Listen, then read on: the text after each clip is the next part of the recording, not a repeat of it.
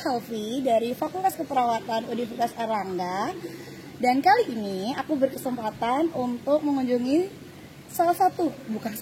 universitas nomor 1 di Malaysia, yaitu University of Malaya.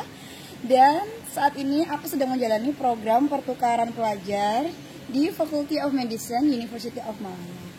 And then saat ini aku bersama dengan dua teman baruku di sini, ada Amrin dan Aziz.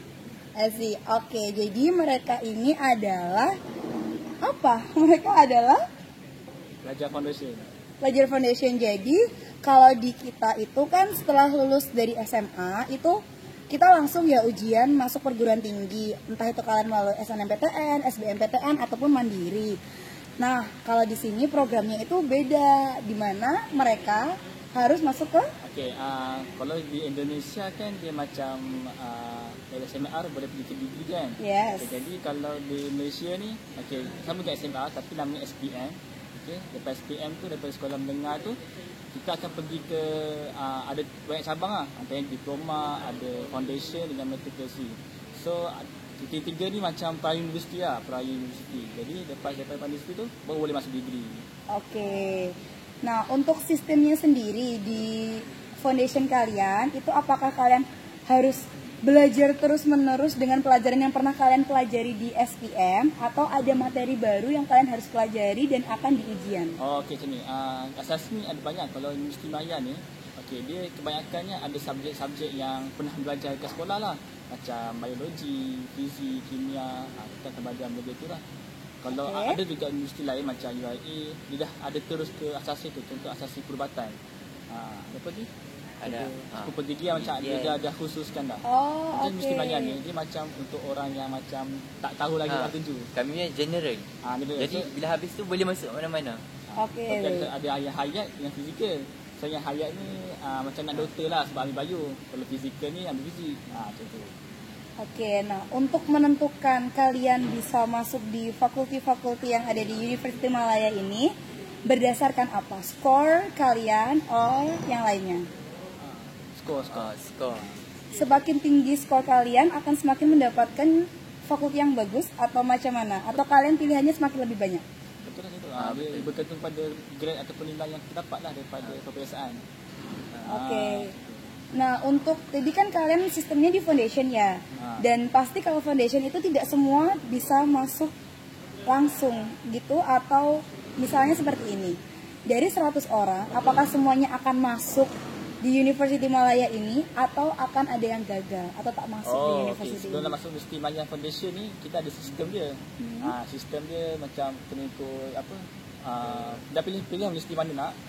Ada 12 pilihan. So banyak lah nak universiti apa. 12 itu fakulti atau university? Pilih universiti tu. Lepas tu baru program apa nak. So bagi program pilih lah. Nanti dalam sistem tu dia akan ikut berdasarkan kita punya nilai daripada SPM tu. So daripada grade SPM tu, nanti dia akan tolak sendiri lah. Mana yang tak betul-betul, nanti last kali dia akan email dapat tawaran mana. Itu lah. Berarti akan ada yang gagal, Pak? Ada yang tak akan dapat langsung. Nah, yang tak dapat itu macam mana? Dia tak lanjut atau macam mana? Gagal tu mungkin sebab banyak sangat persaingan dan mungkin ada yang lagi bagus daripada dia. Macam itulah. Tapi dia tetap bisa melanjutkan degree or... Boleh, tapi kebanyakannya ambil swasta lah. tak bisa ikut foundation lagi?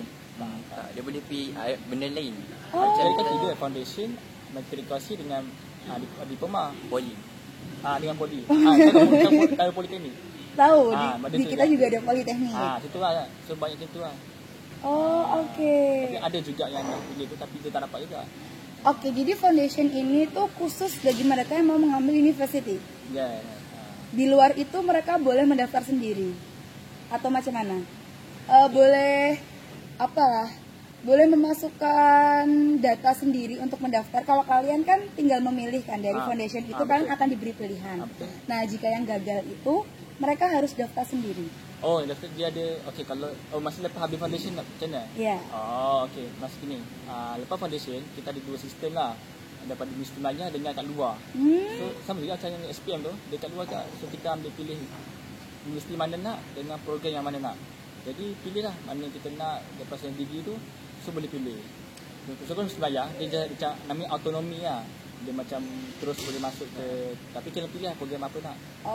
So yang gagal tu ada juga yang gagal foundation, jadi kalau macam tu terpaksa kena keluar daripada tu. Jadi kan sekarang kalian ada di foundation untuk Universiti Malaya. So saya nak tanya untuk Amrin dan siapa? Aziz. Kenapa kalian memilih Universiti Malaya? Amrin dulu. Saya dulu. Okey. Bagi saya, Universiti Malaya ni merupakan universiti yang paling terbaik lah di Malaysia ni, nombor 1. Dan sekarang ni memang paling tinggi, dah lebih pada top 100 lah daripada dunia. Jadi saya rasa Universiti Malaya ni juga banyak potensi dalam bidang-bidang tertentu macam perubatan, macam fakulti-fakulti lain macam banyak lagi lah. Jadi bila saya tengok, kerana kita tengok dia antara top dunia, jadi kita expect yang bahawa Universiti Malaya ni akan sediakan kita dengan pelbagai ilmu dan budaya lah, supaya kita boleh belajar daripada tu. Jadi saya fikir melalui masuk foundation ni, saya boleh belajar daripada ramai orang. So dengan melalui Universiti Malaya ni, saya boleh tengok macam mana ilmu-ilmu yang boleh ajar tu mungkin lebih berkualiti daripada universiti lain. Aziz? Kalau saya pun, alasan saya lebih kurang dengan dia sebab kita dah selalu dengar orang kata kan, Universiti Malaya ni adalah top kat Malaysia. Jadi untuk masuk yang terbaik, kita mesti jadi yang terbaik. Jadi sekurang-kurangnya ada motivasi lah untuk masuk sini. Lagi satu, UM ni kan, dia punya job acceptance dia tinggi. 90 lebih, hampir 100% orang yang degree kat sini akan dapat kerja. Jadi bila kita masuk sini kan, kita akan rasa macam sekurang-kurangnya masa depan aku dah terjamin. Sudah terlihat ya. Macam tu. So kalian akan memilih fakulti apa? Kalau saya, insyaAllah saya target farmasi. Tapi sekarang ni farmasi macam banyak saingan. Sebab tak salah saya lebih kurang 30 orang je yang akan dia ambil. Jadi foundation kalian. Lagi lepas tu syarat dia kena interview, kena ambil result muat. Lepas tu kena pointer tinggi lah untuk daripada foundation ni.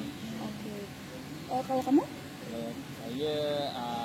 Saya mungkin ambil fakulti farmasi juga.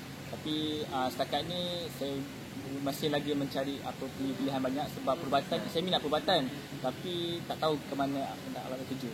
Jadi saya berkemungkinan untuk masuk ke bahagian farmasi ataupun biomedical. Jadi kalian kan sudah lebih berapa bulan di foundation ini? Bulan 6, bulan 7, 8, 9, 4 bulan. 4 bulan. Berarti sudah 4 bulan di Universiti Malaya ini. So, menurut kalian yang sudah tahu 4 bulan di sini, apa sih yang bisa kalian sharingkan ke kita tentang Universiti Malaya ini? Misal fasilitasnya bagus, di sini ada gimnastik, ada apa gitu, atau ada kegiatan yang mungkin bisa menjadi inspirasi bagi kami. Terserah kalian, just sharing. Sebenarnya 4 bulan kat sini, Universiti Malaya ni sebenarnya dia banyak benda yang best lah. Kalau daripada segi kuliah tu lecturernya memang baik, bagus. Dia memang sporting lah, seperti cara mesra dengan pelajar. Jadi pelajar dia seorang nak baca kan, dulu kuliah kami kuliah ni 8 sampai 5 memang terusan. So macam memang stres lah, tapi sebab lecturer tu memang bagus, so macam tak boleh rasa sangat tak rasa ngantuk semua. Lepas tu kalau dari segi kat luar, dia sebagai foundation ni dia tak banyak sangat aktiviti. Bukan sedang degree kan dah boleh banyak aktiviti dia kan. Kalau yang foundation ni tak banyak, tapi apa yang saya tahu memang banyak sediakan lah, antaranya macam program sukarelawan, ada program sukan, ada program macam-macam lah. Dan benda ni memang boleh pergi ke luar negara lah, travel. Betul. Macam tu. Nah, kan aku juga baru dengar nih dari mereka kalau misalnya aku lihat di sini itu dari jam 8 sampai jam 5. Itu berapa jam tuh berarti? 8, 9, 10, 11, 12, 3, 4, 5 ni. Itu belajar di foundation ya? 8 jam. Foundation. 8 jam. Kalau degree? Degree kan dah macam satu hari tu dalam 2-3 jam je kelas. 2-3 jam. Sepengalamanku waktu kemarin di sini, itu aku mengikuti kelas lecture, itu satu hari 6 jam. Nah, Lama. Lama nggak tahu itu di bergantung pada fakulti ya.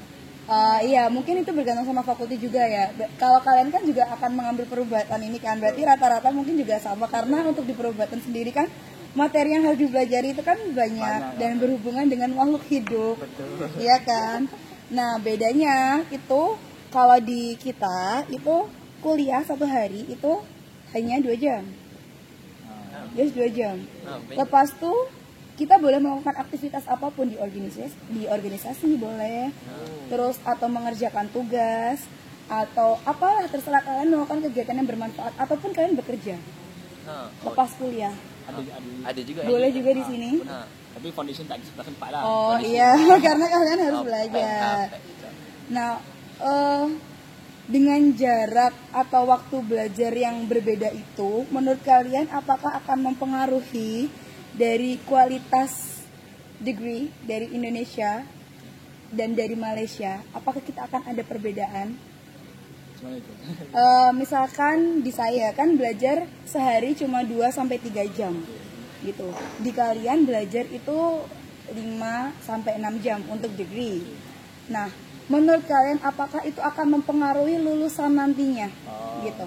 Bagi saya tak juga lah, benda tu bergantung kepada orang tu juga lah. Jadi macam mana banyak belajar pun, tapi kena bila masa terpandai bagi kan boleh lah untuk untuk kita skor dalam peperiksaan. Jadi saya rasa kalau dia tak ada efeknya, tak ada perbezaan tu kalau dari mana dari Indonesia ke Malaysia ke sama je. Okey. Terus saya lupa tanya ini. Jumlah orang atau siswa yang di foundation kalian itu jumlahnya berapa? Foundation 800 lebih. 800 itu. 800 dan yang akan keterima di UM? Biasanya 60%, so dalam 600. Ada yang terlepas punya 600 lebih masuk. 600 lebih berarti tinggi ya, dari 800 yang masuk 600 itu lumayan banyak. So bedanya kalau di kita kan dengan sistem SNMPTN, SBMPTN dan Mandiri itu tetap akan diseleksi lagi kan. Nah di kita itu kan akan ada banyak ujian yang akan dilakukan oleh kita supaya kita bisa masuk ke universitas yang kita inginkan. Terutama untuk anak-anak yang jalur mandiri, yang seperti saya bilang, kalau di jalur mandiri itu kita masih masih ada besar-besaran iuran yang kalian berikan dan nilai kalian macam tuh. Tapi jika kalian masuk melalui jalur ujian tulis bersama yang satu Indonesia, itu benar-benar pure dari high score yang kalian dapatkan macam tuh. Yang besar-besar itu macam SPM lah. Macam tuh. Oke, jadi kalian ketika skornya sudah tinggi, kalian akan diberikan pilihan untuk memasuki fakulti-fakulti yang boleh kalian masuki. Oke, so last question or last impression. Menurut kalian, sebagai seorang mahasiswa atau mahasiswa kan, hal terpenting apa yang harus kalian lakukan? Hal terpenting itu dari sudut mana? Terserah dari sudut. Misalnya kalian, yang paling penting adalah belajar kan. Dengan belajar kita akan mendapatkan high score. Dengan high score kita akan gini-gini. Saya lah, kita sebagai mahasiswa ni, mahasiswa tu masih belajar lah, masih tu kita belajar.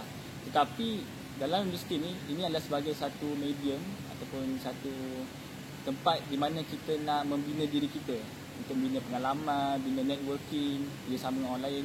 Jadi sebenarnya industri ni, mahasiswa ni bukan sahaja terbaca, tapi dia kena berkomunikasi dengan orang lain.